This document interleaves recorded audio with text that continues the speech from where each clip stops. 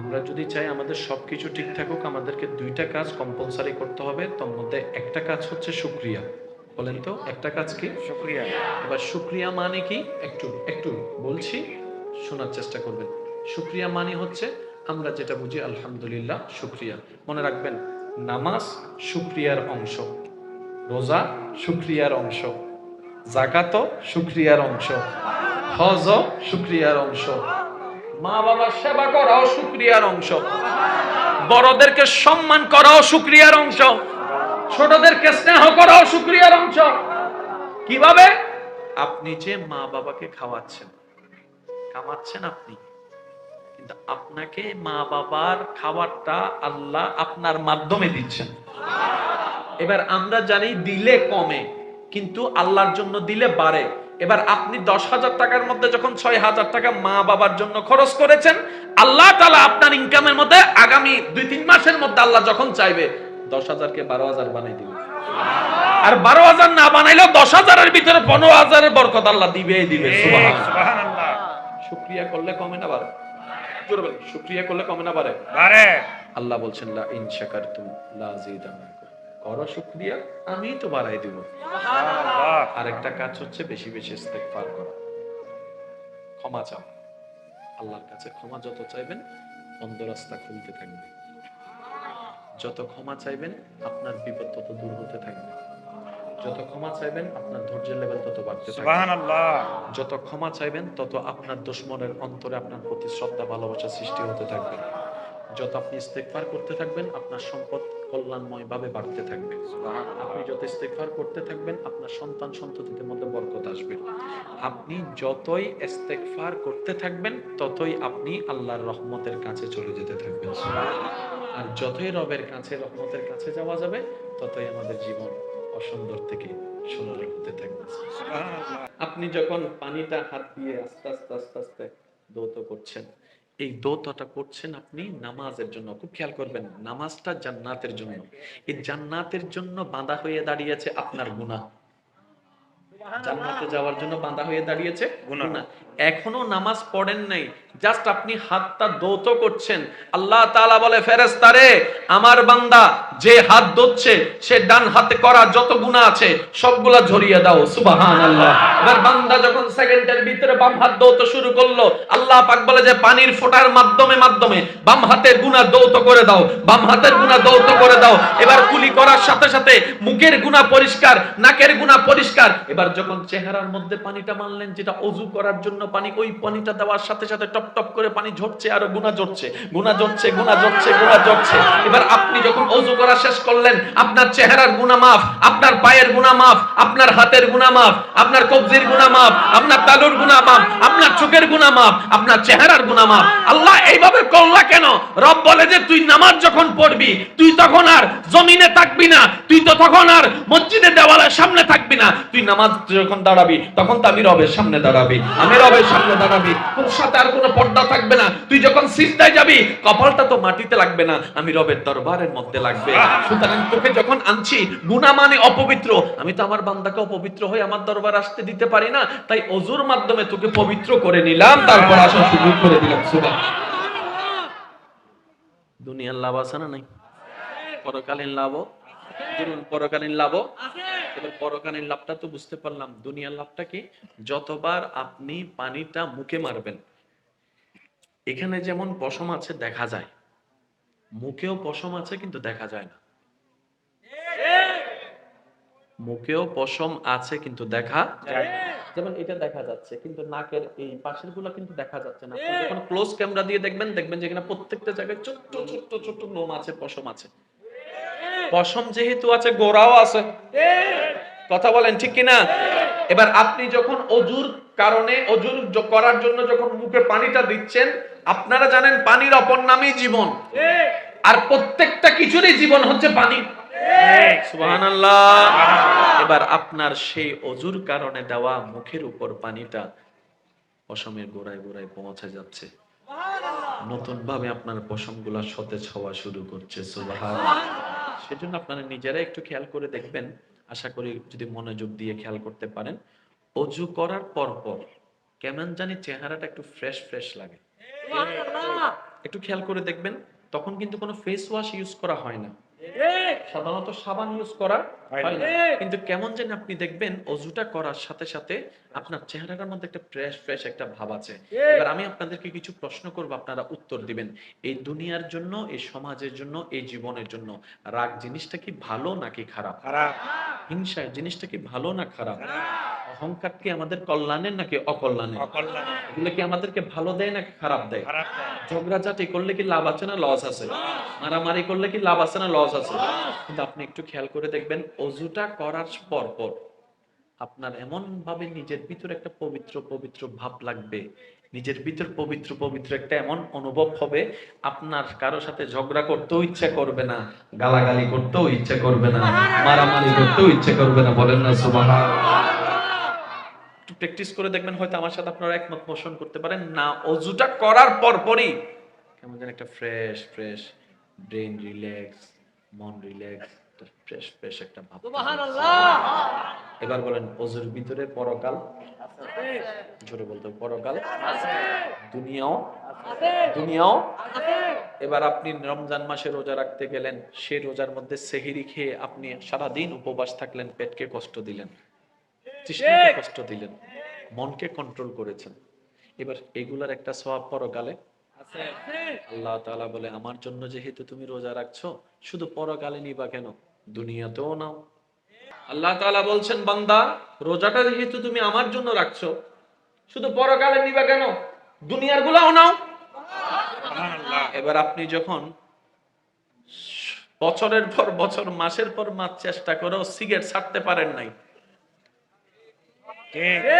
আশা করি বুঝে নিবেন, এত চেষ্টা করার পর সিগারেট ছাড়তে পারেন নাই, এতজন বলার পর আপনি সিগারেট ছাড়তে পারেন নাই, এতজন আবদার করছে আপনি সিগারেট ছাড়তে পারেন নাই, 10টা মিনিট সিগারেট ছাড়া আপনি থাকতে পারেন না। ওই মানুষটা কি করলো, যখন রমজানের চাঁদ উদয় হলো, উঠার পরে এখন সে নিয়ত করলাম আমি রোজা রাখবো, সেই খাওয়ার পরে এবার 7টা খাবার বন্ধ, 8টা বন্ধ, 9টা খাবার বন্ধ, 11টাও খাবার বন্ধ, 12টাও খাবার বন্ধ। বন্ধু এসে বলে যে কিরে খাস না, কয়টা না রোজা রাখছি, রোজা রাখছি। বন্ধু অবাক হয়ে জিজ্ঞেস করে, তুই বেটা তো 10 মিনিটও থাকতে পারছ না এটা ছাড়া, এখন পারতেছস, কয় ঘন্টা হয়েছে? কয় 10টা, মানে 8 ঘন্টা তো পার হয়ে গেছে, 5 ঘন্টা তো পার হয়ে গেছে, এতক্ষণ খাস নাই? কয় না না। কেন খাস নাই? কয় আল্লাহর জন্য খাই।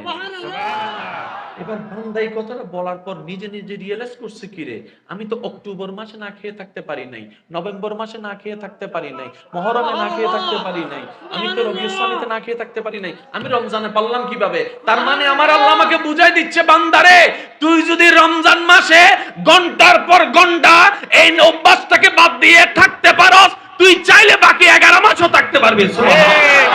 সে আজকে না খেয়ে আছে, আল্লাহ তাআলা বলছে কেন, তার ঘরে কি খাবার নাই? ফেরেশতা বলে যে আল্লাহ তুমি যথেষ্ট খাবার দিয়েছো, তারপরও খাচ্ছে না কেন? ফেরেশতা বলে আল্লাহ তোমাকে খুশি করার জন্য।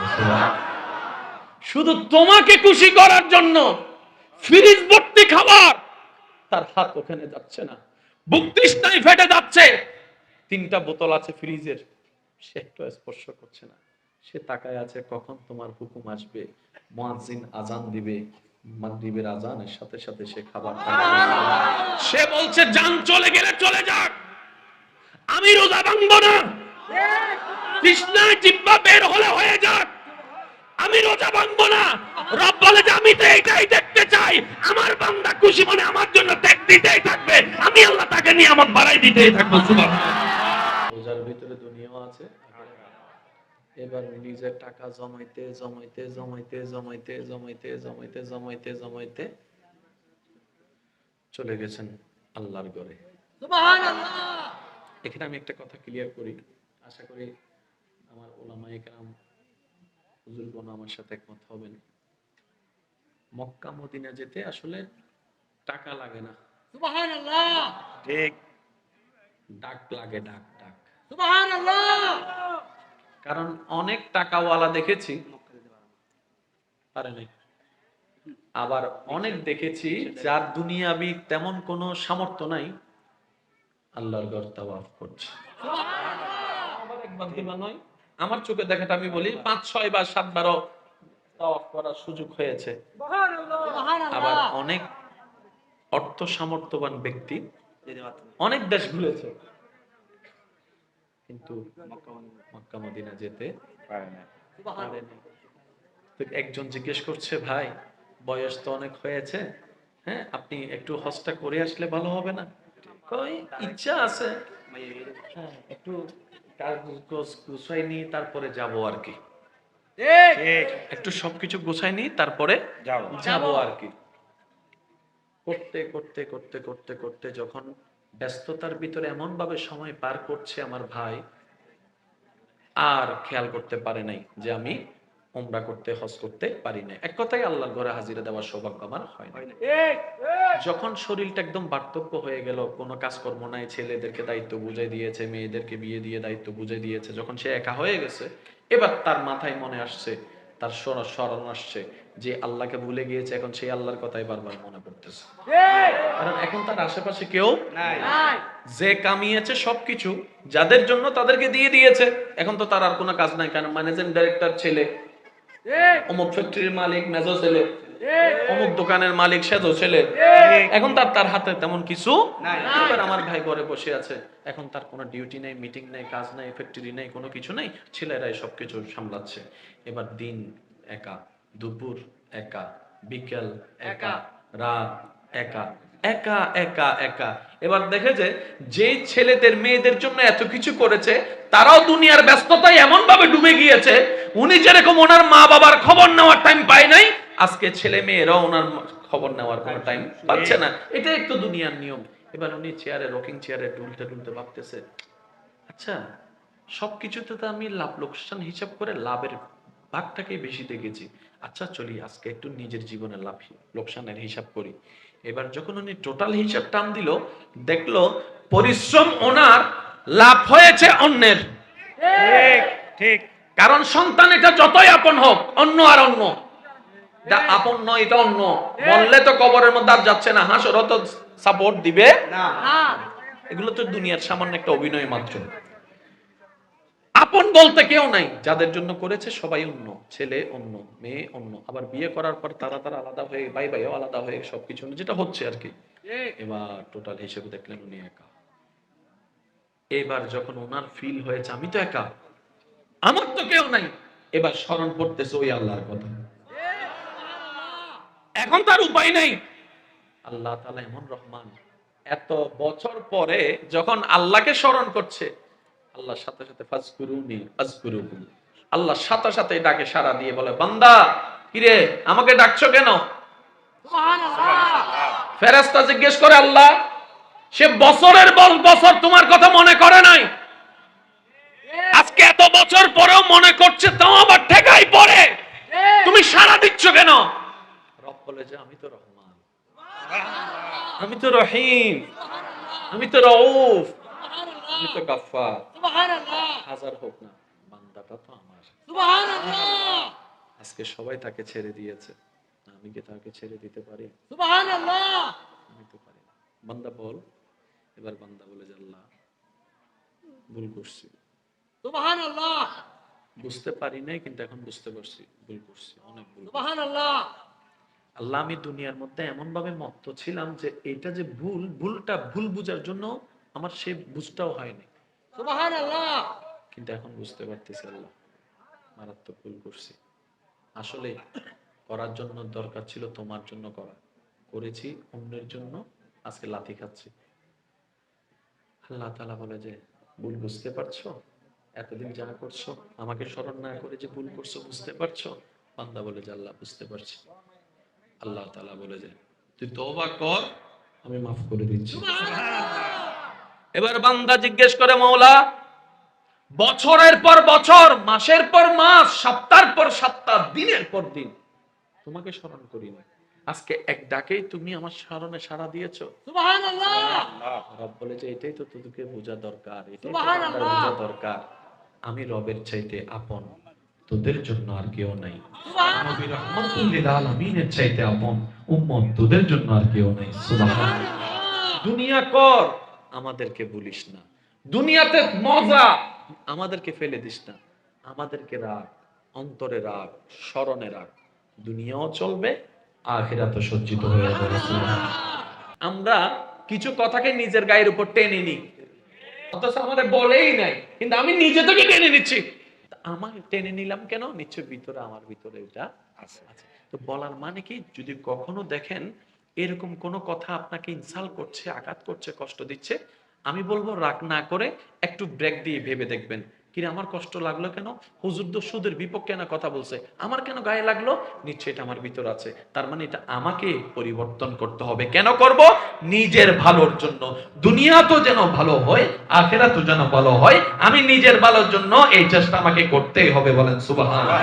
ইসলামের প্রত্যেকটা কাজের মধ্যে কল্যাণ আছে না নাই? দুনিয়াবি কল্যাণ আছে না? আখিরাতের কল্যাণ আছে না? তাই তো আল্লাহ তাআলা কোরআনের মধ্যে দোয়া শিখিয়ে বলছেন, বান্দারে যখনই দোয়া করবা আমি রবের কাছে এইভাবে করো, রব্বানা আতিনা ফিদ দুনিয়া হাসানাতাও ওয়া ফিল আখিরাতি হাসানাতাও ওয়া কিনা আযাবান্নার। বান্দা জমিন আমি বানালাম, তোমাকে আমি বানালাম, সবকিছুই আমি দিলাম, আমি তোমাদেরকে আশরাফুল মাখলুকাত বানিয়ে দিলাম, সুতরাং আমি আল্লাহর সমস্ত নিয়ামত সবার জন্য হলেও তোমরা মানব জাতির জন্য হবে অফুরন্ত। কম নিস না, বেশি নিস। হযরত ইমাম আজম আবু হানিফা রাহমাতুল্লাহ আলাইহি রাদিয়াল্লাহু তাআলা, ওনার ঘরের পাশে একজন শরাবী থাকতো। কি শরাবী? আর আপনারা তো জানেন শরাব খেলে দুনিয়ার আর কোনো খবর থাকে। ইমাম আবু হানিফা জগৎ বিখ্যাত একজন আলেম, সবার সম্মানের পাত্র। তো উনি একজন ইমাম, একজন আলেম, একজন খতিব, একজন ফকিহ, এত বড় একজন জগৎ বিখ্যাত আলেম, ওনার একটা সম্মান আছে না নাই? আছে। ওনার ঘরের পাশে বসে বসে খায় আর চিল্লাই, খায় আর চিল্লাই। অনেকে অনেক কিছু বুঝাইছে, সে কারো কথা পাত্তা দেয় না। খবরটা যখন আইনের মানুষের কাছে গেছে, তারা ওকে অ্যারেস্ট করে নিয়ে গেছে। যেদিন অ্যারেস্ট করে নিয়ে গেছে সেদিন রাতে ইমাম আজম আবু হানিফা রাদিয়াল্লাহু তাআলা আর কাজ করে শান্তি পাচ্ছে না, বসে শান্তি পাচ্ছে না, খেয়ে শান্তি পাচ্ছে না, ঘুমায় শান্তি পাচ্ছে না। খাদেম জিজ্ঞেস করছেন, হুজুর আপনি এত অস্থির কেন? প্রত্যেকদিন তো কিছু আওয়াজ শুনতাম, আজকে তো আওয়াজটা শুনতে পাচ্ছি না, কি হয়েছে? তার কোনো সমস্যা হয়েছে কিনা? যে কষ্ট দিচ্ছে তাকে নিয়ে ভাবতেছে আল্লাহর ওয়ালি। সুবহানাল্লাহ। যে সম্মান দেয় নাই 2 পয়সার, ওই ব্যক্তিকে নিয়ে ভাবছেন আল্লাহর বন্ধু তো এমনই হয়। আমার তো অস্থির লাগছে, তার খবরটা একটু নাও। বলে যে হুজুর রাত তো গভীর হয়েছে, কেমনে খবর নিব? সকাল হোক আমরা খবর নিব।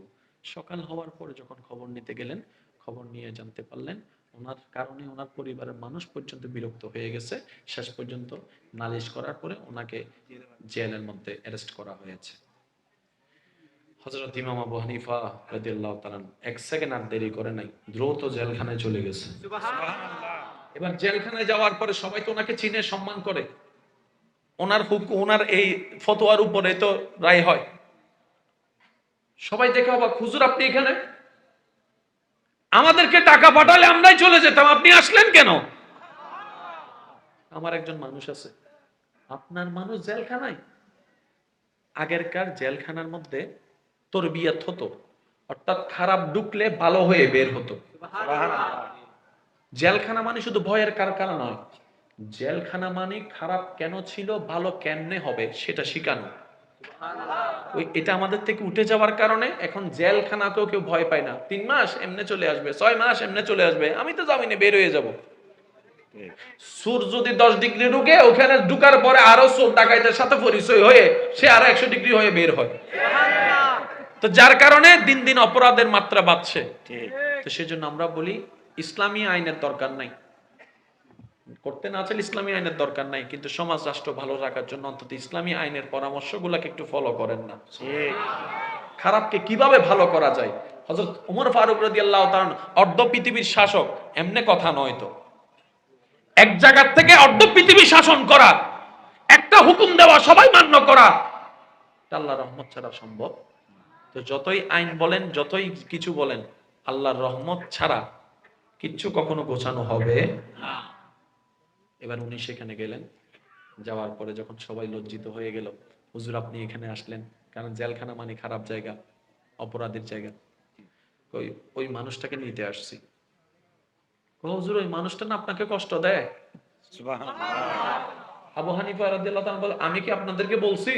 না, আপনি তো বলেন নাই, কিন্তু সবাই বলছে।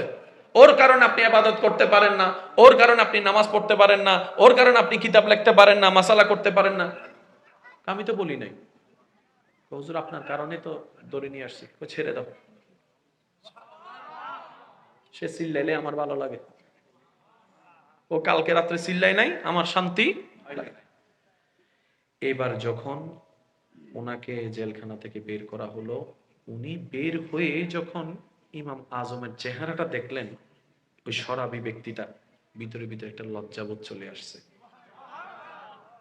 যারে দিন রাত জ্বালাইছি উনি আসছে আমাকে জামিন নিতে। সুবহানাল্লাহ, একটু জোরে বলবেন। যারে এত কষ্ট দিয়েছি উনি আসছে আমাকে বাঁচাইতে। একটা জিনিস মনে রাখবেন, মানুষ যতই খারাপ হোক, দিন শেষে কিন্তু একবার হলো মনুষ্যত্ব জাগে, একটু লজ্জাবোধ কিন্তু জাগে। চিন্তা করলেন, যাকে কষ্ট দিলাম উনি আসলো আমাকে নিতে। পুরা রাস্তা ভর একটা কথাও বলে নাই, উনিও বলে নাই, উনিও বলে নাই, চুপচাপ চলে আসলেন। দেখে রাত্রে আর চিল্লানো নাই, পাগলামি নাই। ইমাম আবু হানিফা বলছেন, ব্যাপার কি? সুরাই আনলাম তারে, চিল্লাপাল্লা নাই কেন? খাদেম বলছেন, হুজুর সকাল হোক। কয় সকাল না, এখন লাগবে আমার খবর। ইমাম আজম আবু হানিফা গেলেন, যাওয়ার পরে নক করলেন। দরজা খোলার পরে যখন মানুষ, কই উনি কই? কই আছে। তো চিল্লাচ্ছে না কেন? কই চিল্লাবে কিভাবে? উনি তো যাই নামাজে বসে বসে রবের কাছে তওবা করতেছে। আবু হানিফা ওনাকে ডাকলেন, ইমাম আবু হানিফা ডাকলেন, কিরে খাবি না? খাবি না? হুজুর খাবার স্বাদও নাই, ইচ্ছাও নাই, এর চাইতে বড় নেশা খেয়ে ফেলছি। সুবহানাল্লাহ। এখন আর এই নেশা আমাকে ধরবে না। তো বুঝলাম না। বলে যে আমি নেশা করতাম দুঃখ ভুলার জন্য। সমাজের মানুষ আমাকে 2 পয়সার দাম দিত না, সবাই আমাকে অপমান করত, সবাই আমাকে অপমান করত, কথা শোনাইতো, বেইজ্জত করত। তা আমারটা আমি মেনে নিতাম। আমার ছেলে মেয়েকে বেইজ্জত করলে তো আমি বাপ হিসেবে মানতে পারতাম না, কিন্তু কিছু করার নাই, কষ্ট ভুলার জন্য আমি এটা খাওয়া শুরু করেছি। কিন্তু আজকে এই অত্র দেশের সবচাইতে গ্রেডেড সম্মানী ব্যক্তির চাইতো যে ব্যক্তিটা বেশি সম্মানী, সেই আপনি ইমাম আজম যখন আমাকে এত সম্মান দিয়েছেন, আমার তো আর কারো সম্মান পাওয়ার দরকার নাই, বলেন সুবহান। আমি তো সম্মানের তৃষ্ণায়, অপমানের দুঃখ ভোলার জন্য এটা খাইতাম। আপনি যেহেতু আমাকে সম্মান দিয়ে বুকে টেনে নিছেন, আমার আর কারো সম্মানের দরকারও নাই, কারোটা চাওয়াও নাই। রবের দরবারে আমি চলে গিয়েছি। মানে কিচ্ছু কিন্তু আমাদের নাই, আমরা কিন্তু ভাড়াটিয়া। সুবহানাল্লাহ। আমি আমার দেহ নিয়ে ভাড়ায় চলছি, আপনি আপনার দেহ নিয়ে ভাড়া চলছেন। সুবহানাল্লাহ। এমনকি যে দলিলটা আমার নামে, আপনার নামে, আমাদের নামে, সেটাও ভাড়া। সুবহানাল্লাহ। সেটাও কি ভাড়া? এক ভাড়া হচ্ছে সরকারের কাছে। সুবহানাল্লাহ। সেজন্য তো সরকার বলেছে, এটা তো সাক্ষী বেশিরভাগ আপনারাই আছেন, যেদিকে রাস্তা হচ্ছে আপনারাই তো জানেন, সরকার চাহিবা মাত্র দিতে বাধ্য থাকে। বলে যে আমার বাপের জায়গা, দাদার জায়গা কয় গোষ্ঠী দেখিলে সরকার চাহিবা মাত্র দিতে বাধ্য থাকিবে। এটা হচ্ছে দেশীয় কালচার। আর সরকারের সরকার মহা সরকার, তো সেই হিসেবেও কিন্তু আমরা ভাড়াটিয়া। এবার বান্দা, কিছু মানুষ আছে আপনারাও হয়তো জানেন, ওই মেজাজ সব সময় 420 থাকে, কিছু হইলেই মাত্র চেত করে ওঠে, কিছু হলেই চেত করে ওঠে। এটার কারণে কি সংসার সমাজে ভালো হয় না খারাপ হয়? এবার সেই মানুষটা আল্লাহর ঘরে গিয়েছে, সাদা কাপড় পরে, সব রঙিন কাপড় ছেড়ে, স্বইচ্ছায়, কেউ জোর করে নাই। সুবহানাল্লাহ। এবার সে উত্তপ্ত গরম রোদ, আরবের রোদ সম্পর্কে তো কিছুটা ধারণা আছে, উত্তপ্ত গরম রোদ সহ্য করার মতো না। সে এবার আল্লাহর ঘরের সেহেনে গিয়ে তাওয়াফ শুরু করছে। লব্বাইক আল্লাহুম্মা লব্বাইক لبيك لا شريك لك لبيك إن الحمد والنعمة لك والملك لا شريك لك সবাই মিলে কি আওয়াজে لبيك اللهم لبيك لبيك لا شريك لك لبيك إن الحمد والنعمة لك والملك লা শারীকা লাক শেষবারের মতো সবাই লব্বাইক আল্লাহুম্মা লব্বাইক লব্বাইক লা শারীকা লাক লব্বাইক ইন্নাল হামদা ওয়ান নি'মাতা লাক ওয়াল মুলক লা শারীকা লাক বলেন সুবহানাল্লাহ। তাওয়াফ করতে আছে, হঠাৎ করে এক স্বাস্থ্যবান মানুষ আইসা তার দিছে একটা ধাক্কা কুনি দিয়ে। তো যখন মেজাজ গরম থাকে, রোদের মধ্যে থাকে, স্বাভাবিক মন মেজাজ তো ঠিক থাকার কথা না। এবার যখন তারে দিছে একটা গুতা, সে তো ওইজন যার সামনে কেউ 19-20 করতে পারে না, সেইতে যায়। সে আল্লাহর ঘরে যে মধ্যে যাইয়া যখন গরম হইতে নিছে, পিছনে মুআল্লিম ওলামায়ে কেরাম বলে, ভাই এটা আপনার অফিস না, এটা আপনার বাড়ি না, এটা আপনার অফিস না, এটা আপনার রাস্তা না। আমাকে গুতা দিছে, কই গুতা না ঠেলা দিলে ওষুধ থাকে না। কই কেন কেন? আমি তো দেহ ওইটা নিয়ে এসেছি যেটা আমার বাংলাদেশে ছিল, দেহ তো ওইটা, আমার ব্রেনও ওইটা, আমার টাকাও ওইটা, সবকিছু ওইটা। কই শুনেন, আপনি মনে খেয়াল করেন নাই, আপনি ছিলেন রঙিন পোশাকে, এখন আছেন সাদা পোশাকে। আচ্ছা ভাই বলেন তো, সাদা পোশাকটা কখন পরে? মানুষ মারা গেলেই তো এই কাফনের পোশাকটা পরে। ভাই আপনি কি বুঝতে পারেন নাই, একজন মানুষকে যখন কাফনের কাপড় পরিয়ে দেওয়া হয়, তার তো আর রাগ থাকার সুযোগ থাকে না, অহংকার করার সুযোগ থাকে না, লোভ করার সুযোগ থাকে না, মারার কোনো অধিকার থাকে না, কারণ সে তো জীবিত থেকে মৃত হয়ে যায়, একদম মৃত। আর মৃত হলে তো কোনো কিছু মুভমেন্ট করে না। আল্লাহ তাআলা আপনাকে সাদা কাপড়টা পরিয়ে দিয়ে বুঝাই দিতে চাচ্ছে, বান্দারে তুই সাদা কাপড় পরেছিস মানে তুই জিন্দা লাশ, তোর কোনো রাগও নাই, অহংকারও নাই, ক্ষোভও নাই, অত্যাচারও নাই, প্রতিশোধ নেই। তুই এখন শুধু নীরব হয়ে তাকায় থাক। বান্দারে এই কাপড়টা পরে তুই প্র্যাকটিস করে এলাকায় গিয়ে ওভাবে চল, তোর কারণে সমাজও শান্তির হয়ে যাবে, এলাকাও শান্তির হয়ে যাবে। এই হজের ভিতরে পরকালীন লাভ, দুনিয়ার লাভ, যাকাতের ভিতর পরকালীন লাভ, দুনিয়াবি লাভ। আর এই এত সব কিছু যে ধর্মে আছে, এই ধর্মের নাম ইসলাম। সেই ইসলামটা হচ্ছে ওই ইসলাম যে ইসলাম সম্পর্কে আল্লাহ তাআলা বলছেন ইন্নাদ-দীনা ইনদাল্লাহিল ইসলাম। আমরা কিছু কথাকে নিজের গায়ের উপর টেনে নিই, আরে ওই বাংলা, অথচ আমারে বলেই নাই, কিন্তু আমি নিজে থেকে টেনে নিচ্ছি, আমারে বলছে মনে হয়, আমার টেনে নিলাম কেন? নিশ্চয় ভিতরে, আমার ভিতরে এটা আছে। তো বলার মানে কি, যদি কখনো দেখেন এরকম কোন কথা আপনাকে ইনসাল্ট করছে, আঘাত করছে, কষ্ট দিচ্ছে, আমি বলবো রাগ না করে একটু ব্রেক দিয়ে ভেবে দেখবেন, কিরে আমার কষ্ট লাগলো কেন?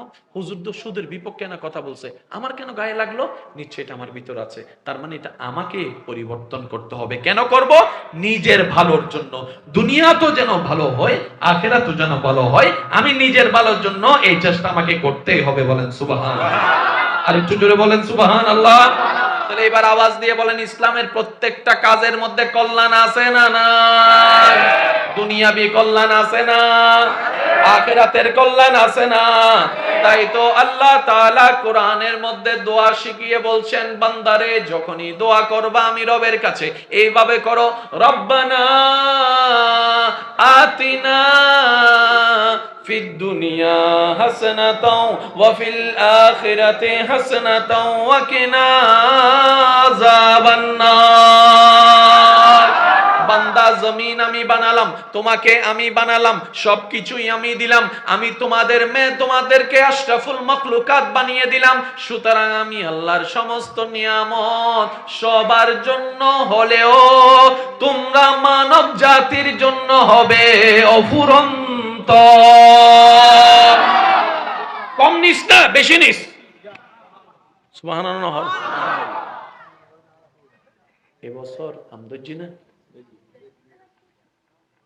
ধরেন আর নহন কিছুদিন আগে বেশি হাই দাও না, আম হাইন না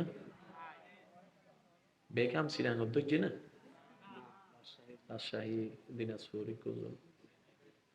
সারা বাংলাদেশে তো আম হদুন দর্জি হন যায় আর বদ্ধ হদ্দ অসংখ্য তিবের হন সংখ্যা এবার লুনুন যদ্দুর বান্দার দরহার এ দর্জি বান্দার জেদ্দুর দরহার আমি যে বাজারত আছে কিন্তু বৈশাখ কেমন তো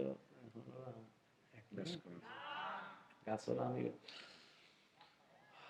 হইলি আর একটা হুদুন আছে বাপ মা টিয়া দিয়ে আমকে নিয়ে আনিল ওইটা তো নামন বানানো লাগে ফাত্তর লইয়ের বইটা হে ফগটের মধ্যে ওই শামুকুর কি একটা নিয়ে কি হবে না না শামুক দিয়ে বানাতে সিলিভার লাইক ছিলেন হবে না ছিলেন বাজি বোধ শব্দ আইনি জন জানি ছিলেন একখান ফগটে সবসময় রাহায় বৈশাখকে মাসত জ্বর শুরু হই ইতার নাই জ্বর তুমন শুরু হইলে ইতাহার এটা গেই গই এন্ড দেখি জিন আছে না ভূত আছে তিন নসার এটা গেই গই এটা এন ভাবে যাইতে রাইতো 3টা বাজে জিন হইতে দিলে ডরায় হাসে না ইলে কিছু আছে না আমার এলাকা আছে না আবার হতুন আছে যাবে তো গাইলুন মাস্টার পিএইচডি করি বলি আছে না ইতে আইলে দাদা উন্দি দাই দাদা দাই শুরু করলে শেষ করতুন আম কতগুলা ধরেছে যতটুকু বান্দার দরকার, ফসল কতটুকু যতটুকু বান্দার দরকার। দেখেন আপনারা এই যে এত ঝড় তুফান, এই যে কিছুদিন আগেও একটা তুফান আসলো, তুফান এসে কত কিছু নষ্ট করে দিয়েছে, কিন্তু আমাদের রিজিক এখনো চলছে।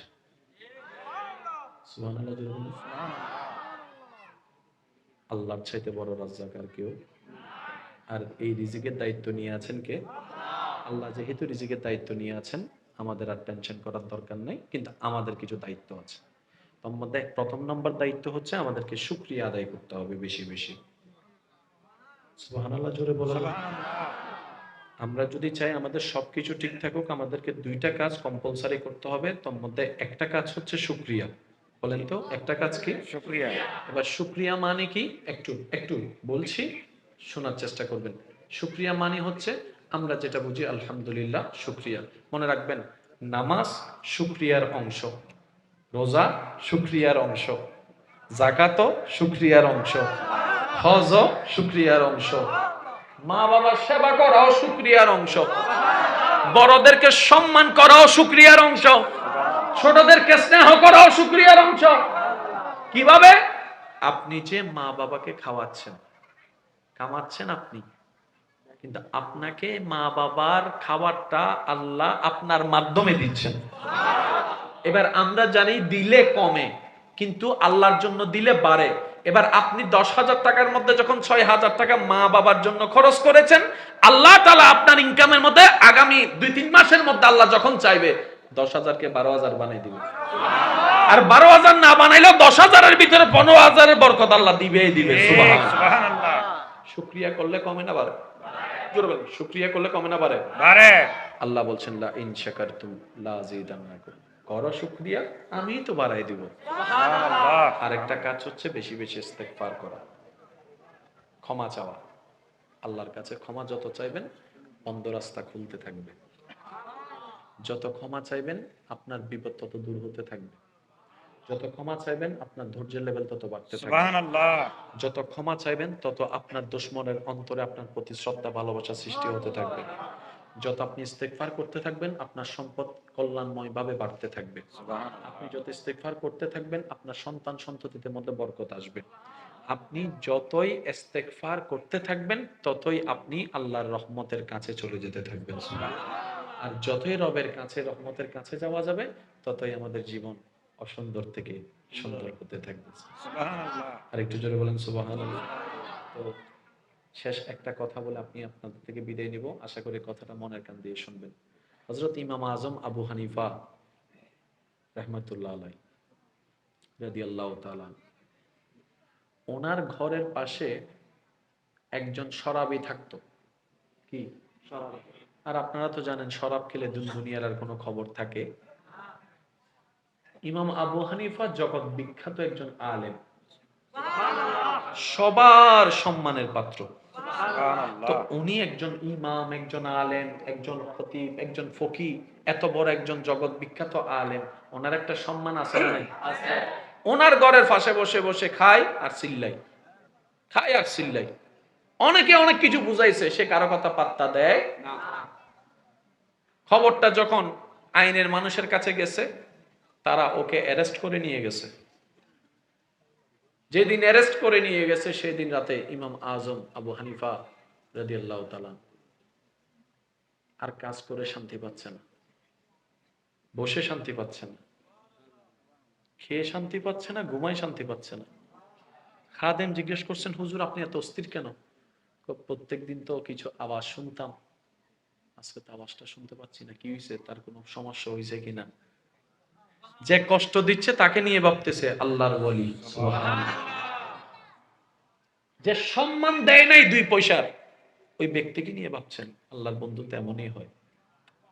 আমার তো অস্থির লাগছে, তার খবরটা একটু নাও। বলে যে হুজুর রাত তো গভীর হয়েছে, কেমনে খবর নিব, সকাল হোক আমরা খবর নিব। সকাল হওয়ার পরে যখন খবর নিতে গেলেন, খবর নিয়ে জানতে পারলেন ওনার কারণে ওনার পরিবারের মানুষ পর্যন্ত বিরক্ত হয়ে গেছে। শেষ পর্যন্ত নালিশ করার পরে ওনাকে জেলের মধ্যে অ্যারেস্ট করা হয়েছে। হযরত ইমাম আবু হানিফা রাদিয়াল্লাহু তাআলা 1 সেকেন্ড আর দেরি করে নাই, দ্রুত জেলখানায় চলে গেছে। সুবহানাল্লাহ। এবার জেলখানায় যাওয়ার পরে সবাই তো ওনাকে চিনে, সম্মান করে। ওনার ওনার এই ফতোয়ার উপরে তো রায় হয়। সবাই দেখে অবাক, হুজুর আপনি এখানে? আমাদেরকে টাকা পাঠালে আমরাই চলে যেতাম, আপনি আসলেন কেন? আমার একজন মানুষ আছে। আপনার মানুষ জেলখানায়? আগেরকার জেলখানার মধ্যে তরবিয়ত হতো, অর্থাৎ খারাপ ঢুকলে ভালো হয়ে বের হতো। সুবহানাল্লাহ। জেলখানা মানে শুধু ভয়ের কারখানা নয়, জেলখানা মানে খারাপ কেন ছিল, ভালো কেমনে হবে সেটা শিখানো। ওই এটা আমাদের থেকে উঠে যাওয়ার কারণে এখন জেলখানাতেও কেউ ভয় পায় না। 3 মাস এমনে চলে আসবে, 6 মাস এমনে চলে আসবে, আমি তো জামিনে বের হয়ে যাব। সুর যদি 10 ডিগ্রি ঢুকে, ওখানে ঢুকার পরে আরো চোর ডাকাইতের সাথে পরিচয় হয়ে সে আরো 100 ডিগ্রি হয়ে বের হয়। তো যার কারণে দিন দিন অপরাধের মাত্রা বাড়ছে। ঠিক। তো সেজন্য আমরা বলি ইসলামী আইনের দরকার নাই, করতে না চাইলে ইসলামী আইনের দরকার নাই, কিন্তু সমাজ রাষ্ট্র ভালো রাখার জন্য অন্তত ইসলামী আইনের পরামর্শগুলোকে একটু ফলো করেন না। ঠিক। খারাপকে কিভাবে ভালো করা যায়। হযরত ওমর ফারুক রাদিয়াল্লাহু তাআলা অর্ধ পৃথিবীর শাসক, এমনে কথা নয় তো।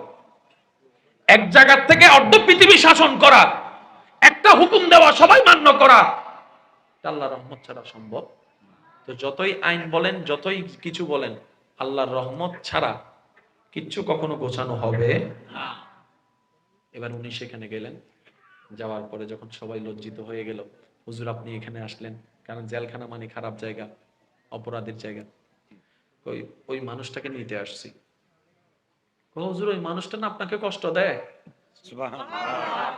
আবু হানিফা রাদিয়াল্লাহু তাআলা বলে, আমি কি আপনাদেরকে বলছি? না আপনি তো বলেন নাই, কিন্তু সবাই বলছে। ওর কারণে আপনি ইবাদত করতে পারেন না, ওর কারণে আপনি নামাজ পড়তে পারেন না, ওর কারণে আপনি কিতাব লিখতে পারেন না, মাসালা করতে পারেন না। আমি তো বলি নাই। হুজুর আপনার কারণে তো ধরে নিয়ে আসছি। ছেড়ে দাও, সে চিল্লাইলে আমার ভালো লাগে, ও কালকে রাত্রে চিল্লাই নাই, আমার শান্তি লাগে।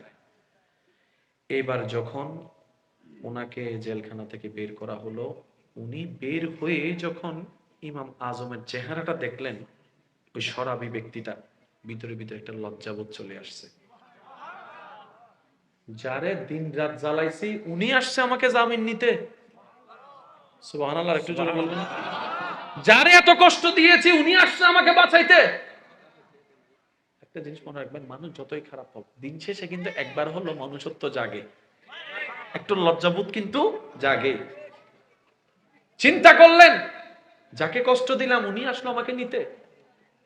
পুরা রাস্তা ভর একটা কথাও বলে নাই, উনিও বলে নাই, উনিও বলে নাই, চুপচাপ চলে আসলেন। দেখে রাত্রে আর চিল্লানো নাই, পাগলামি নাই। ইমাম আবু হানিফা বলছেন, ব্যাপার কি? সুবহানাল্লাহ। সুরাই আনলাম তারে, চিল্লাপাল্লা নাই কেন? খাদেম বলছেন, হুজুর সকাল হোক। কয় সকাল না, এখন লাগবে আমার খবর। ইমাম আজম আবু হানিফা গেলেন, যাওয়ার পরে নক করলেন, দরজা খোলার পরে যখন মানুষ কই উনি কই কই আছে, তো চিল্লাচ্ছে না কেন? কই চিল্লাবে কিভাবে? উনি তো যাই নামাজে বসে বসে রবের কাছে তওবা করতেছে। আবু হানিফা ওনাকে ডাকলেন, ইমাম আবু হানিফা ডাকলেন, কিরে খাবি না? খাবি না? হুজুর খাবার স্বাদও নাই, ইচ্ছাও নাই, এর চাইতে বড় নেশা খেয়ে ফেলছি, সুবহানাল্লাহ। এখন আর এই নেশা আমাকে ধরবে না। তো বুঝলাম না, বলে যে আমি নেশা করতাম দুঃখ ভুলার জন্য। সমাজের মানুষ আমাকে 2 পয়সার দাম দিত না, সবাই আমাকে অপমান করত, সবাই আমাকে অপমান করত, কথা শোনাইতো, বেইজ্জত করত। তা আমারটা আমি মেনে নিতাম, আমার ছেলে মেয়েকে বেইজ্জত করলে তো আমি বাপ হিসেবে মানতে পারতাম না, কিন্তু কিছু করার নাই, কষ্ট ভুলার জন্য আমি এটা খাওয়া শুরু করেছি।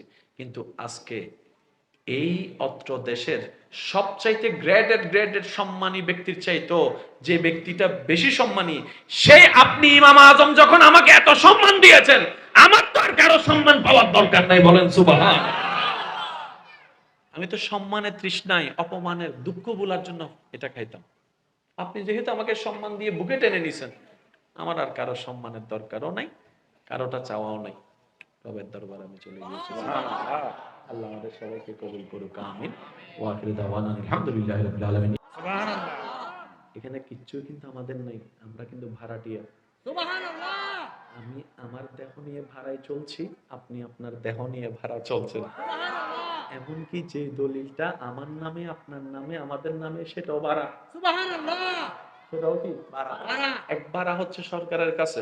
সুবহানাল্লাহ। সেজন্য তো সরকার বলেছে, এটা তো সাক্ষী বেশিরভাগ আপনারাই আছেন, যেদিকে রাস্তা হচ্ছে আপনারাই তো জানেন, সরকার চাহিবা মাত্র দিতে বাধ্য না। দিতে বাধ্য থাকে। Right, right. বলে যে আমার বাপের জায়গা, দাদার জায়গা কয় গোষ্ঠী রেগিলে সরকার চাহিবা মাত্র দিতে বাধ্য না। দিতে বাধ্য থাকিবে। এটা হচ্ছে দেশীয় কালচার। আর সরকারের সরকার মহা সরকার, ঠিক তো সেই হিসেবেও কিন্তু আমরা ভাড়াটিয়া। ঠিক কথা বলেন ঠিক কিনা? ও আবার গোষ্ঠী রেখিলে হয়তো গোসা নয় ইমারার সিরেঙ্গা ইমারার কি সিরেঙ্গা হতা আবার ইবে আবার একে গেলে আবার জামিল হয়ে যাবে, হব দিবে কি গোষ্ঠী রেখিলে ইবে কি হইল। আল্লাহ আরা বেগুনের মহাব্বতরে কবুল করুন। আর কেন জোরে জোরে হন না? এবার বলেন, আপনি যখন পানিটা হাত দিয়ে আস্তে আস্তে আস্তে আস্তে দৌত করছেন, এই দৌতটা করছেন আপনি নামাজের জন্য। খুব খেয়াল করবেন, নামাজটা জান্নাতের জন্য। এই জান্নাতের জন্য বাঁধা হয়ে দাঁড়িয়েছে আপনার গুনাহ। জান্নাতে যাওয়ার জন্য বাঁধা হয়ে দাঁড়িয়েছে গুনাহ। গুনাহ। এখনো নামাজ পড়েন নাই, জাস্ট আপনি হাতটা দৌত করছেন। আল্লাহ তাআলা বলে, ফেরেশতারে আমার বান্দা যে হাত ধুচ্ছে, সে ডান হাতে করা যত গুনাহ আছে সবগুলা ঝরিয়ে দাও। সুবহানাল্লাহ। এবার বান্দা যখন সেকেন্ডের ভিতরে বাম হাত দৌত শুরু করলো, আল্লাহ পাক বলে যে পানির ফোঁটার মাধ্যমে বাম হাতের গুনাহ দৌত করে দাও, বাম হাতের গুনাহ দৌত করে দাও। এবার কুলি করার সাথে সাথে মুখের গুনাহ পরিষ্কার, নাকের গুনাহ পরিষ্কার। এবার যখন চেহারার মধ্যে পানিটা মানলেন, যেটা ওযু করার জন্য পানি, ওই পানিটা দেওয়ার সাথে সাথে টপ টপ করে পানি ঝরছে, আর গুনাহ ঝরছে, গুনাহ ঝরছে, গুনাহ ঝরছে, গুনাহ ঝরছে। এবার আপনি যখন ওযু করা শেষ করলেন, আপনার চেহারার গুনাহ মাফ, আপনার পায়ের গুনাহ মাফ, আপনার হাতের গুনাহ মাফ, আপনার কবজির গুনাহ মাফ, আপনার তালুর গুনাহ মাফ, আপনার চোখের গুনাহ মাফ, আপনার চেহারার গুনাহ মাফ। আল্লাহ এইভাবে করলা কেন? রব বলে যে তুই নামাজ যখন পড়বি, তুই তখন আর জমিনে থাকবি না, তুই তো তখন আর মসজিদের দেওয়ালের সামনে থাকবি না, তুই নামাজ যখন দাঁড়াবি তখন তো আমি রবের সামনে দাঁড়াবি, আমি রবের সামনে দাঁড়াবি, তোর সাথে আর কোনো পর্দা থাকবে না। তুই যখন সিজদায় যাবি, কপালটা তো মাটিতে লাগবে না, আমি রবের দরবারের মধ্যে লাগবে। সুতরাং তোকে যখন আনছি, গুনাহ মানে অপবিত্র, আমি তো আমার বান্দাকে অপবিত্র হয়ে আমার দরবার আসতে দিতে পারি না, তাই ওযুর মাধ্যমে তোকে পবিত্র করে নিলাম, তারপর আসা সুযোগ করে দিলাম। সুবহানাল্লাহ। দুনিয়ার লাভ আছে না নাই? পরকালীন লাভও, পরকালীন লাভও। এবার পরকালীন লাভটা তো বুঝতে পারলাম, দুনিয়ার লাভটা কি? যতবার আপনি পানিটা মুখে মারবেন, এখানে যেমন পশম আছে দেখা যায়, মুখেও পশম আছে কিন্তু দেখা যায় না। মুখেও পশম আছে কিন্তু দেখা যায় না। যেমন এটা দেখা যাচ্ছে কিন্তু নাকের এই পাশের গুলো কিন্তু দেখা যাচ্ছে না। আপনি যখন ক্লোজ ক্যামেরা দিয়ে দেখবেন, দেখবেন যে এখানে প্রত্যেকটা জায়গায় ছোট্ট ছোট্ট ছোট্ট লোম আছে, পশম আছে। পশম যেহেতু আছে, গোড়াও আছে। কথা বলেন ঠিক কিনা? এবার আপনি যখন অজুর কারণে, অজুর করার জন্য যখন মুখে পানিটা দিচ্ছেন, আপনারা জানেন পানির অপর নামই জীবন, আর প্রত্যেকটা কিছুরই জীবন হচ্ছে পানি। সুবহানাল্লাহ।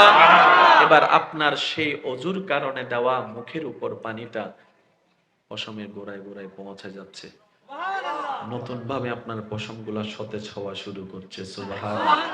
সেজন্য আপনারা নিজেরা একটু খেয়াল করে দেখবেন, আশা করি যদি মনোযোগ দিয়ে খেয়াল করতে পারেন, অজু করার পর পর কেমন জানি চেহারাটা একটু ফ্রেশ ফ্রেশ লাগে।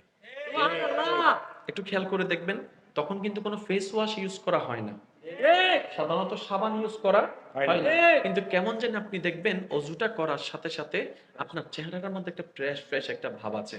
এবার আমি আপনাদেরকে কিছু প্রশ্ন করব, আপনারা উত্তর দিবেন। এই দুনিয়ার জন্য, এই সমাজের জন্য, এই জীবনের জন্য রাগ জিনিসটা কি ভালো নাকি খারাপ? খারাপ। হিংসা জিনিসটা কি ভালো না খারাপ? অহংকার কি আমাদের কল্যাণের নাকি অকল্যাণের? অকল্যাণ। এগুলো কি আমাদেরকে ভালো দেয় নাকি খারাপ দেয়? খারাপ দেয়। ঝগড়াঝাটি করলে কি লাভ আছে না লস আছে? মারামারি করলে কি লাভ আছে না লস আছে? কিন্তু আপনি একটু খেয়াল করে দেখবেন, অজুটা করার পর পর আপনার এমন ভাবে নিজের ভিতর একটা পবিত্র পবিত্র ভাব লাগবে, নিজের ভিতর পবিত্র পবিত্র একটা এমন অনুভব হবে, আপনার কারো সাথে ঝগড়া করতেও ইচ্ছা করবে না, গালাগালি করতেও ইচ্ছা করবে না, মারামারি করতেও ইচ্ছা করবে না। বলেন না সুবহানাল্লাহ। একটু প্র্যাকটিস করে দেখবেন, হয়তো আমার সাথে আপনারা একমত পোষণ করতে পারেন না। অজুটা করার পর পরই কেমন যেন একটা ফ্রেশ ফ্রেশ, ব্রেন রিল্যাক্স, মন রিল্যাক্স, ফ্রেশ ফ্রেশ একটা ভাব। এবার বলেন, অজুর ভিতরে পরকাল, জোরে বলতে হবে, পরকাল, দুনিয়াও, দুনিয়াও। এবার আপনি রমজান মাসে রোজা রাখতে গেলেন, সেই রোজার মধ্যে সেহরি খেয়ে আপনি সারাদিন উপবাস থাকলেন, পেটকে কষ্ট দিলেন, তৃষ্ণাকে কষ্ট দিলেন, মনকে কন্ট্রোল করেছেন। এবার এগুলার একটা সওয়াব পরকালে আল্লাহ তাআলা বলে, আমার জন্য যেহেতু তুমি রোজা রাখছো, শুধু পরকালে নিবা কেন, দুনিয়াতেও নাও। সুবহানাল্লাহ বলেন না? ঠিক হইলে বাজে সওয়াব পাইবে না হইতে পারে, কিন্তু সুবহানাল্লাহ হইলে অডাল অডাল সওয়াব পাইবে। আর একটু জোরে জোরে। আল্লাহ তাআলা বলছেন, বান্দা রোজাটা যেহেতু তুমি আমার জন্য রাখছো, শুধু পরকালে নিবা কেন, দুনিয়ার গুলাও নাও। এবার আপনি যখন বছরের পর বছর, মাসের পর মাস চেষ্টা করেও সিগারেট ছাড়তে পারেন নাই, আশা করি বুঝে নিবেন, এত চেষ্টা করার পর সিগারেট ছাড়তে পারেন নাই, এতজন বলার পর আপনি সিগারেট ছাড়তে পারেন নাই, এতজন আবদার করছে আপনি সিগারেট ছাড়তে পারেন নাই, 10টা মিনিট সিগারেট ছাড়া আপনি থাকতে পারেন না। ওই মানুষটা কি করলো, যখন রমজানের চাঁদ উদয় হলো, উঠার পরে এখন সে নিয়ত করলো আমি রোজা রাখবো, সেই খাওয়ার পরে এবার 7টা খাবার বন্ধ, 8টা বন্ধ, 9টা খাবার বন্ধ, 10টা বলেন না, 11টাও খাবার বন্ধ, 12টাও খাবার বন্ধ। বন্ধু এসে বলে যে কিরে খাস না, কয়টা না, রোজা রাখছি, রোজা রাখছি। বন্ধু অবাক হয়ে জিজ্ঞেস করে, তুই বেটা তো 10 মিনিটও থাকতে পারছ না, এটা ছাড়া এখন পারতেছস, কয় ঘন্টা হয়েছে, কয় 10টা, মানে 8 ঘন্টা তো পার হয়ে গেছে, 5 ঘন্টা তো পার হয়ে গেছে, এতক্ষণ খাস নাই, কয় না না, কেন খাস নাই, কয় আল্লাহর জন্য খাই। এবার বান্দা এই কথাটা বলার পর নিজে নিজে রিয়েলাইজ করছে, কি রে, আমি তো অক্টোবর মাসে না খেয়ে থাকতে পারি নাই, নভেম্বর মাসে না খেয়ে থাকতে পারি নাই, মুহররমে না খেয়ে থাকতে পারি নাই, আমি তো রবিউল সানিতে না খেয়ে থাকতে পারি নাই, আমি রমজানে পারলাম কিভাবে? তার মানে আমার আল্লাহ আমাকে বুঝাই দিচ্ছে, বান্দারে তুই যদি রমজান মাসে ঘন্টার পর ঘন্টা এই অভ্যাসটাকে বাদ দিয়ে থাকতে পারস, তুই চাইলে বাকি 11 মাসও থাকতে পারবি। সুবহানাল্লাহ, আল্লাহু আকবার। ইয়া রাসূলুল্লাহ, ইয়া রাসূলুল্লাহ। উচ্চ আওয়াজ একবার বলেন না সুবহানাল্লাহ। এবার বলেন, দুনিয়ার লাভ হইছে কি হয় নাই, টাকা বাঁচছে কি বাঁচে নাই, আরো জোরে বলেন না, লাভ আছে না নাই, লাভ আছে না নাই। এবার রোজাটা রাখার কারণে সারাদিন ক্ষুধার্ত, সারাদিন ক্ষুধার্ত থাকার কারণে পেটের মধ্যে যখন আপনার ক্ষুধার যন্ত্রণা বাসা শুরু হয়েছে,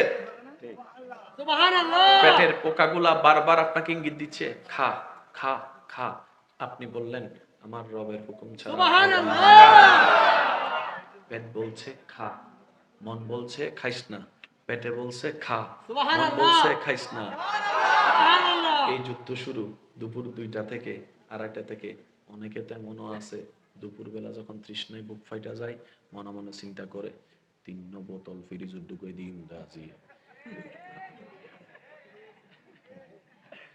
বলেন না, আছে ইফতারের সময় আজিয়ে 3 ওয়াক্ত করে আছে না, আছে না? এই বুকের তৃষ্ণা, পেটের ক্ষুধা, 2টা 2.5টা 3টা, পেটে বলে যে খা, মনে বলে যে খাইস না। সে যুদ্ধ শুরু হয়ে গেছে, শেষ পর্যন্ত মা এসে বলে যে কিছুক্ষণ ঘুম যা, একটানা বাদে আজান দি ফেলে দিছে কি দেয় না? সত্যি করে বলেন, দিছে না? বিনা বুঝেটা দিছে না? আর একটু সময় বেশি না, মাত্র 1 ঘন্টা, মাত্র 1.5 ঘন্টা চুপ করে বসে। এই যে একটা যুদ্ধ দেখছেন রব্বুল আলামিন। এবার আল্লাহ ফেরেশতাকে জিজ্ঞেস করছে, বান্দা, আমার বান্দা এমন করছে কেন? ফেরেশতা বলে যে আল্লাহ, তার প্রচন্ড ক্ষুধা পেয়েছে, কারণ সে 3 বেলা না খেলে থাকতে পারে না, অভ্যাস হয়ে গেছে। সুবহানাল্লাহ। সে আজকে না খেয়ে আছে। আল্লাহ তাআলা বলছে কেন, তার ঘরে কি খাবার নাই? ফেরেশতা বলে যে আল্লাহ, তুমি যথেষ্ট খাবার দিয়েছো, তারপরও খাচ্ছে না কেন? ফেরেশতা বলে আল্লাহ, তোমাকে খুশি করার জন্য। শুধু তোমাকে খুশি করার জন্য ফ্রিজ ভর্তি খাবার, তার হাত ওখানে যাচ্ছে না, বুক তৃষ্ণায় ফেটে যাচ্ছে, 3টা বোতল আছে ফ্রিজের, সে একটু স্পর্শ করছে না। সে তাকায় আছে কখন তোমার হুকুম আসবে, মুয়াজ্জিন আজান দিবে, মাগরিবের আজানের সাথে সাথে সে খাবারটা খাবে। সে বলছে জান চলে গেলে চলে যাক, আমি রোজা ভাঙবো না, তৃষ্ণায় জিহ্বা বের হলে হয়ে যাক, আমি রোজা ভাঙবো না। রব বলে যে আমি তো এটাই দেখতে চাই, আমার বান্দা খুশি মনে আমার জন্য ত্যাগ দিতেই থাকবে, আমি আল্লাহ তাকে নিয়ামত বাড়াই দিতেই থাকবো। সুবহানাল্লাহ। আল্লাহু আকবার। Ya Rasulullah.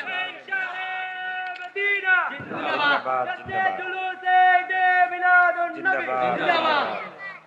দুনিয়াও আছে,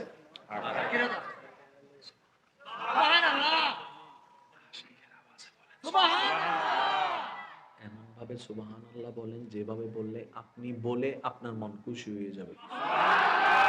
ভেরি গুড। কারণ বান্দা যতবার সুবহানাল্লাহ বলে, শয়তানের গালে জুতার বাড়ি ভরে দেয়। একবার খুশি মনে আরেকবার হসে সুবহানাল্লাহ, আরেকটু জোরে সুবহানাল্লাহ,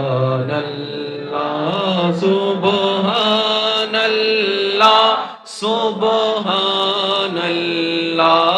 সুবহানাল্লাহ, সুবহানাল্লাহ,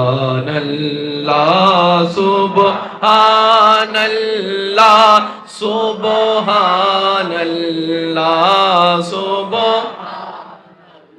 ডান হাত তুলে একবার বলেন মারহাবা। আল্লাহ কবুল করুক। রোজার ভিতরে দুনিয়াও আছে। এবার নিজের টাকা জমাইতে জমাইতে জমাইতে জমাইতে জমাইতে জমাইতে জমাইতে জমাইতে চলে গেছেন আল্লাহর ঘরে। সুবহানাল্লাহ। এখানে আমি একটা কথা ক্লিয়ার করি, আশা করি আমার উলামায়ে কেরাম হুজুরগণ আমার সাথে একমত হবেন।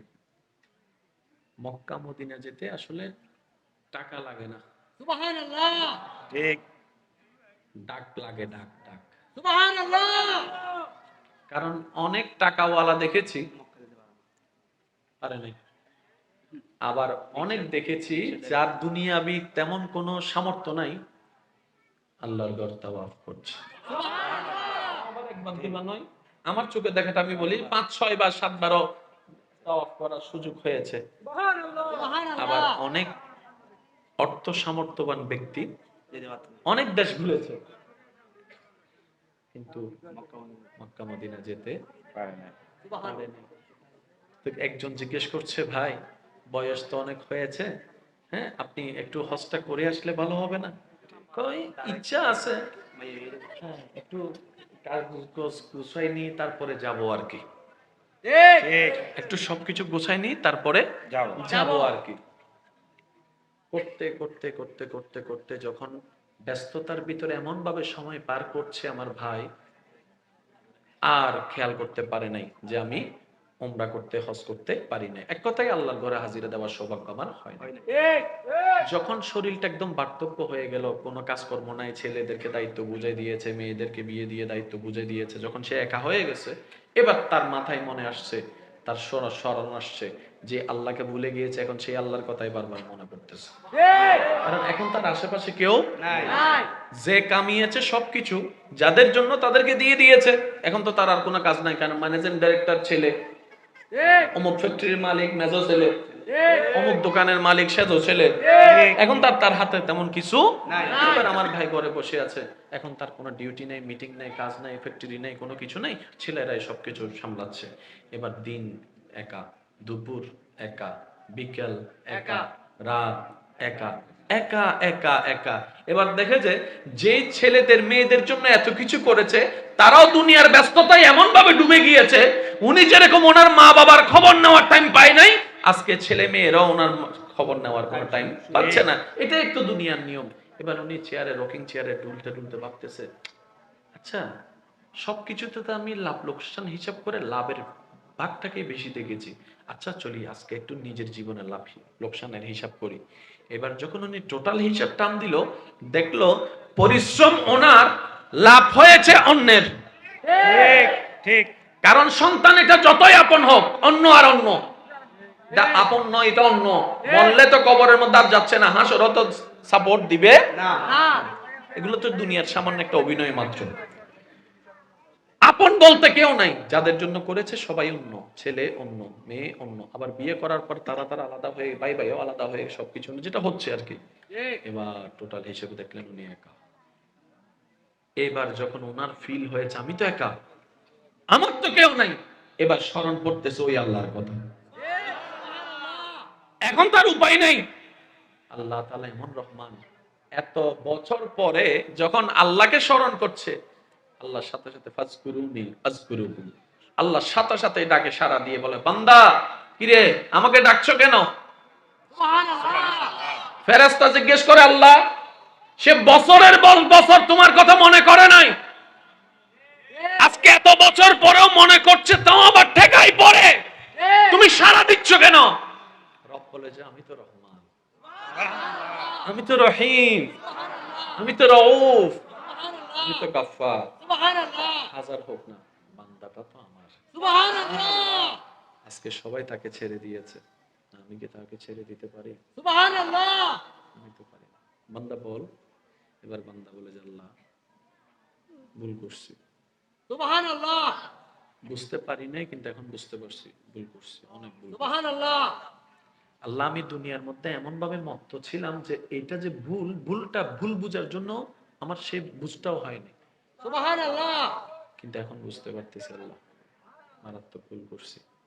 আসলে করার জন্য দরকার ছিল তোমার জন্য করা, করেছি অন্যের জন্য, আজকে লাথি খাচ্ছি। আল্লাহ তাআলা বলে যে ভুল বুঝতে পারছো, এতদিন যা করছো আমাকে স্মরণ না করে যে ভুল করছো বুঝতে পারছো? বান্দা বলে যে আল্লাহ বুঝতে পারছি। আল্লাহ তাআলা বলে যে তুই তওবা কর, আমি মাফ করে দিচ্ছি। এবার বান্দা জিজ্ঞেস করে, মাওলা বছরের পর বছর, মাসের পর মাস, সপ্তাহের পর সপ্তাহ, দিনের পর দিন তোমাকে স্মরণ করি না, আজকে এক ডাকেই তুমি আমার স্মরণে সাড়া দিয়েছো। সুবহানাল্লাহ রব বলে যে এটাই তো তোকে বোঝা দরকার, এটাই তো সুবহানাল্লাহ। বান্দার বোঝা দরকার, আমি রবের চাইতে আপন, তোদের জন্য আর কেউ নাই। সুবহানাল্লাহ নবী রাহমাতুল লিল আলামিনের চাইতে আপন উম্মত তোদের জন্য আর কেউ নাই। সুবহানাল্লাহ। দুনিয়া কর, আমাদেরকে বলিস না, দুনিয়াতে মজা, আমাদেরকে ফেলে দিস না, আমাদেরকে রাখ, অন্তরে রাখ, স্মরণে রাখ, দুনিয়াও চলবে, আখিরাতও সজ্জিত হয়ে যাবে। সুবহানাল্লাহ। এবার বান্দা, কিছু মানুষ আছে আপনারাও হয়তো জানেন, ওই মেজাজ সব সময় 420 থাকে, ঠিক মানে কিছু হইলেই ঠিক লই চলে আছে না, আছে তাইলে না নহয়তো তুমি হইবে আবার আছে না, আছে কিছু হইলেই মাত্র চেত করে ওঠে, ঠিক কিছু হলেই চেত করে ওঠে। ঠিক এটার কারণে কি সংসার সমাজে ভালো হয় না খারাপ হয়? খারাপ এবার সেই মানুষটা আল্লাহর ঘরে গিয়েছে, সাদা কাপড় পরে, সব রঙিন কাপড় ছেড়ে, স্বইচ্ছায়, কেউ জোর করে নাই। সুবহানাল্লাহ। এবার সে উত্তপ্ত গরম রোদ, আরবের রোদ সম্পর্কে তো কিছুটা ধারণা আছে, উত্তপ্ত গরম রোদ সহ্য করার মতো না, সে এবার আল্লাহর ঘরের সেহেনে গিয়ে তাওয়াফ শুরু করছে। লব্বাইক আল্লাহুম্মা লব্বাইক, লব্বাইক লা শারীকা লাক লব্বাইক, ইন্নাল হামদা ওয়ান নি'মাতা লাকা ওয়াল মুলক লা শারীকা লাক। সবাই মিলে কি আওয়াজে লব্বাইক আল্লাহুম্মা লব্বাইক লব্বাইক লা শারীকা লাক লব্বাইক ইন্নাল হামদা ওয়ান নি'মাতা লাকা ওয়াল মুলক লা শারীকা লাক। শেষবারের মতো সবাই লব্বাইক আল্লাহুম্মা লব্বাইক লব্বাইক লা শারীকা লাক লব্বাইক ইন্নাল হামদা ওয়ান নি'মাতা লাকা ওয়াল মুলক লা শারীকা লাক। বলেন সুবহানাল্লাহ। তাওয়াফ করতে আছে, হঠাৎ করে এক স্বাস্থ্যবান মানুষ আইসা তার দিছে একটা ধাক্কা, তাহলে কুনি দিয়ে। তো যখন মেজাজ গরম থাকে, রোদের মধ্যে থাকে, স্বাভাবিক মন মেজাজ তো ঠিক থাকার কথা না। এবার যখন তারে দিছে একটা গুতা, সে তো ওইজন যার সামনে কেউ 19-20 করতে পারে না, চাইতে যায়। সে আল্লাহর ঘরে মধ্যে যাইয়া যখন গরম হইতে নিছে, পিছনে মুআল্লিম ওলামায়ে কেরাম বলে, ভাই এটা আপনার অফিস না, এটা আপনার বাড়ি না, এটা আপনার অফিস না, এটা আপনার রাস্তা না। সুবহানাল্লাহ। আমাকে গুতা দিছে, কই গুতা না ঠেলা দিলে ওষুধ থাকে না। কই কেন কেন? আমি তো দেহ ওইটা নিয়ে এসেছি যেটা আমার বাংলাদেশে ছিল, দেহ তো ওইটা, সুবহানাল্লাহ। আমার ব্রেনও ওইটা, আমার টাকাও ওইটা, সবকিছু ওইটা। ওই শুনেন, আপনি মনে হয় খেয়াল করেন নাই, আপনি ছিলেন রঙিন পোশাকে, এখন আছেন সাদা পোশাকে। আচ্ছা ভাই বলেন তো, সাদা পোশাকটা কখন পরে? মানুষ মারা গেলেই তো এই কাফনের পোশাকটা পরে। ঠিক। ভাই আপনি কি বুঝতে পারেন নাই, একজন মানুষকে যখন কাফনের কাপড় পরিয়ে দেওয়া হয়, তার তো আর রাগ থাকার সুযোগ থাকে না, অহংকার করার সুযোগ থাকে না, লোভ করার সুযোগ থাকে না, মারার কোনো অধিকার থাকে না, কারণ সে তো জীবিত থেকে মৃত হয়ে যায়, একদম মৃত। আর মৃত হলে তো কোনো কিছু মুভমেন্ট করে না। আল্লাহ তাআলা আপনাকে সাদা কাপড়টা পরিয়ে দিয়ে বুঝাই দিতে চাচ্ছে, বান্দারে তুই সাদা কাপড় পরেছিস মানে তুই জিন্দা লাশ, তোর কোনো রাগও নাই, অহংকারও নাই, ক্ষোভও নাই, অত্যাচারও নাই, প্রতিশোধ নাই। তুই এখন শুধু নীরব হয়ে তাকায় থাক। বান্দারে এই কাপড়টা পরে তুই প্র্যাকটিস করে এলাকায় গিয়ে ওভাবে চল, তোর কারণে সমাজও শান্তির হয়ে যাবে, এলাকাও শান্তির হয়ে যাবে। এই হজের ভিতরে পরকালীন লাভ, দুনিয়ার লাভ, যাকাতের ভিতর পরকালীন লাভ, দুনিয়াবি লাভ। আর এই এত সব কিছু যে ধর্মে আছে, এই ধর্মের নাম ইসলাম। সেই ইসলামটা হচ্ছে ওই ইসলাম যে ইসলাম সম্পর্কে আল্লাহ তাআলা বলছেন, ইন্নাদ-দীনা ইনদাল্লাহিল ইসলাম। সুবহানাল্লাহ। আর একটু জোরে বলেন না সুবহানাল্লাহ। আল্লাহ আমাদের সবাইকে ইসলাম মেনে চলা তৌফিক দান করুন। আমিন। ইল্লে ব্যবসা আর হনমিক কে নাই ও ভাই, ডাইরেক্ট লাভে লাভ। সুবহানাল্লাহ। সুবহানাল্লাহ। দিলেও লাভ, লইলেও লাভ। সুবহানাল্লাহ। সালাম দিও, উত্তর লইও। সুবহানাল্লাহ। সুবহানাল্লাহ। সুবহানাল্লাহ। এই মাহফিল সাজাইতে টিয়া খরচ হইতে হাত তো কষ্ট বুঝি দাও না,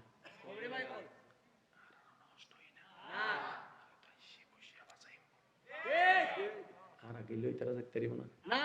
চেয়ার গোছো, প্যান্ডেল গোছো, সুবহানাল্লাহ। ইয়ন গোছো, ইতারা কিন্তু আরো 2 ঘন্টা থাকবে।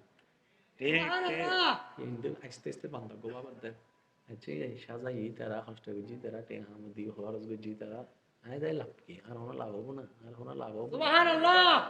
আল্লাহ হয়তো তুই হার হাজত আইদারিয়েন হ, আল্লাহ তোমার হাজত আল্লাহ তুই আর হাজত আবি আবার লাভ সারা যাবি ধন্যবাদ। সুবহানাল্লাহ।